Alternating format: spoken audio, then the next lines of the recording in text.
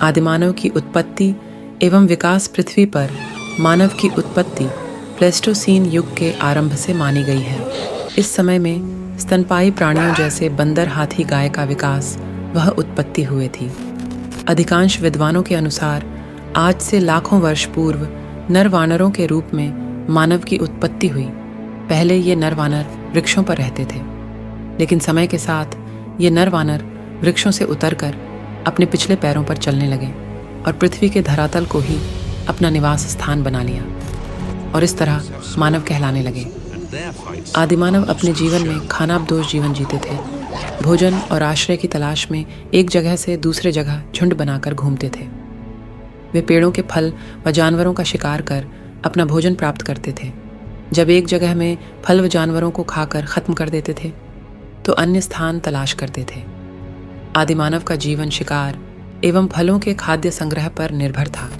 खाद्य संग्रह करने के कारण यह काल खाद्य संग्रहण काल के रूप में जाना जाता है।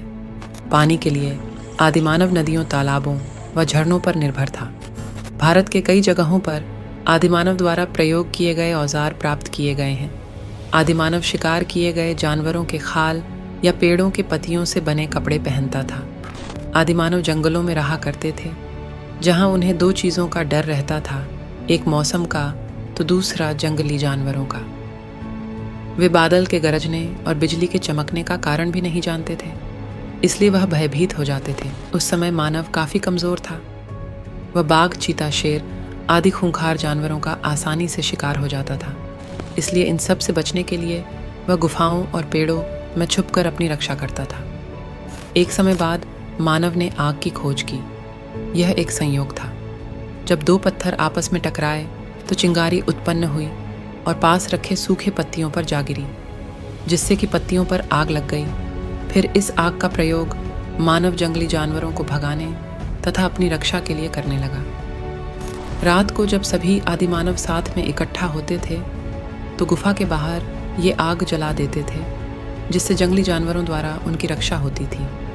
साथ ही आग का प्रयोग भोजन पकाने एवं स्वयं को गर्मी देने के लिए इसका प्रयोग करते थे।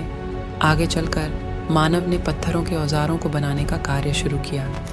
इन्हीं कारण उस समय आगे चलकर आदिमानव ने पत्थरों के औजार बनाने का कार्य शुरू किया। इसी कारण इस काल को पूरा पाषाण काल कहा गया। दोस्तों, आज के लिए भी बस इतना ही हम आशा करते हैं। ये छोटी सी जानकारी भी आपको बेहद पसंद आई होगी।